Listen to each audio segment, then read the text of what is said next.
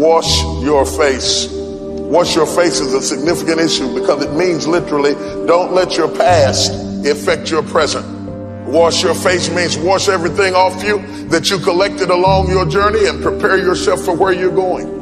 Wash your past off of you so that it doesn't pollute your present. You'd be surprised at the people who have ruined where they are with where they came from. See, the problem with some of y'all, you can never reach forward because you're too busy looking at the past. You're still trying to figure out who did what they did, how they did it, when they said it, why did this happen to you. You got to forget about it. It's over. Ain't nothing you can do about it. It's history. You can't change the past. You can't do anything about yesterday. The only thing you can do something about is tomorrow, and you need to be spending the day doing something about what's going to make tomorrow different. You can sit across the table to interview them, and when you start interviewing them, they start talking about what they went through and what they went through on the last job. They just wasn't ready for me, and they just didn't understand my gifting and the person of my caliber. And after a while, you can see bitterness. And the whole problem is, regardless of whether they went through a bad experience or not, they've never washed their face. And you're not ready for what God is about to give you now because you're still polluted with what you went through then. You'd be surprised at the people who are married to 2 or 3 people, not legally, but mentally and emotionally. You're with Fred, but you're still angry about Jimmy, and you got an attitude about Willie, and now you're with Fred, treating him like he might be Willie, and just in case you haven't, Jimmy used to do that, and you're ruining your present because your past is still active in your life. The old woman taught the young girl, before you go any further, wash your face. I shouldn't be able to look at you and see your past on your face. Wash it off you. You can't go forward until you wash the past off you. Forgetting those things which are behind. I don't care how long it takes, if it takes laying on the altar, if it takes 6 months, if it takes 6 years, you cannot go forward until you wash your face. You're not ready for Boaz until you wash your face. You got too much stuff on you from yesterday. You must wash your face. Somebody say reaching forward. That word reach means to stretch for the future. It's a stretching. Clinging issues from the past. Residue that we can readily detect. It is possible to be delivered from something and still not wash the effects of it out of your lifestyle. I don't care what you got to do to wash your face until people can no longer look at you and determine what you were before. You'd be surprised at the people who can't figure out why their life is being polluted. They've actually been delivered. They've actually gone on in their life, but they fail to wash from their face where they came from, and they look like where they were, and so they're still penalized as if they were where they were. Even though they've come up higher, they didn't wash their face. You got to wash your past off of you, or you will forfeit your opportunity to go forward. And you'll be angry at people and upset at people, but people wouldn't be talking about you if you would just wash your face. You can't go to the bed of Boaz looking like a Moabite.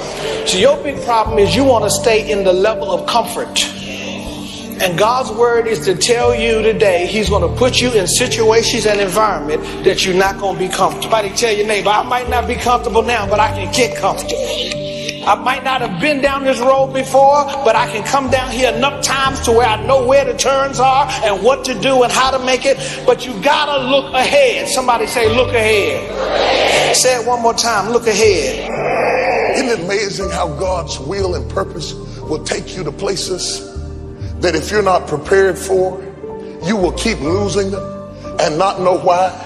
Because nobody has the nerve to look you in the eye and tell you face to face, you need to wash your face. Education doesn't fix this. You can go to the university and have more degrees than a thermometer and still talk like a hook. You had the academics, you had the intellect, you had the ability, you had the school loan, you had the tenacity, you did everything. You got the degree. You're in the upper echelon. You're moving amongst certain people of influence and affluence, but you're not able to handle it because you never washed your face. You might as well be in the back of a trailer over in the project somewhere, spitting watermelon seeds over your grandmama's back porch, because for all of your training and education, you never did wash your face and prepare yourself for where you are now, and you're trying to change the whole system to fit you when you have to fit the situation. Everything's not going to change for you. You've got to, oh God, who am I talking to today? What am I trying to tell you? I'm trying to tell you, if you stretch and reach for what you want to do, if you reach out for it, and if you have a mentality to press for it, you can get whatever it is you want to do. Because if you don't start changing your attitude, you will miss your altitude. God will want to take you up, but your attitude will keep pulling you back down. Oh, you're not ready for this. How many times have you been approached by a sales clerk who couldn't sell you anything because they had a bad attitude? Somebody else walked up to you and sold it to you, and you bought it with the quickness because they knew how to approach you. Don't think that it's all about the product. It's about the personality too. If you got a personality, God will bless you. Somebody say you got to forget some things. And sometimes it means you got to forget some people. A person who can forgive nothing is a person who's totally destroyed psychologically and emotionally.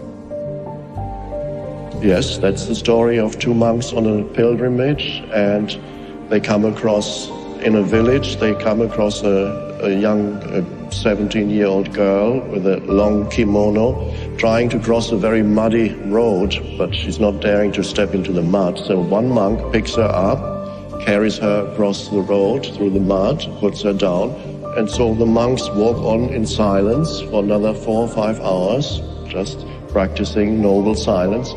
And then after 4 or 5 hours, they're getting close to their destination. One monk says to the monk who had picked up the girl, "Oh, you know, we shouldn't have done that because we monks are not supposed even to touch women. So you shouldn't have picked up that girl. You're not supposed to do that." So the other monk says, "Oh, are you still carrying that girl? I put her down hours ago." So the other monk was still carrying the girl, the event, in his head. 4 hours later. For 4 hours he was walking with this burden. Yes, right. And that shows the reluctance of the human mind to let go of the past. Forgive any relationship that you ever had that didn't work out. Now this is hard because it's so personal and it's so painful. If you then forgive every previous relationship, you accept that you were at least partially responsible for getting into the relationship. You were definitely responsible for staying in the relationship. You just say, I am responsible, I am responsible, I am responsible. I bless them and let them go. And just let it go. Because in letting them go, you set yourself free. By not letting them go, you're keeping yourself in prison, in an emotional prison.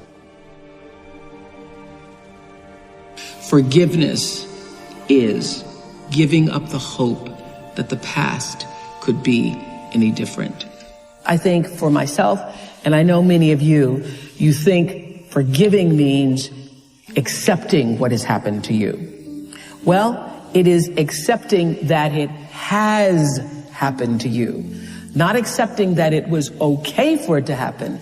It is accepting that it has happened, and now what do I do about it? Forgiving is giving up the hope, not holding on, hoping, wishing that it could have been any other way than it actually was. Giving up the hope that the past could be any different. And when I got that, I think it took me to the next level of being a better person, because I don't hold grudges for anything or any situation, and neither should you. It's letting go so that the past does not hold you prisoner, does not hold you hostage,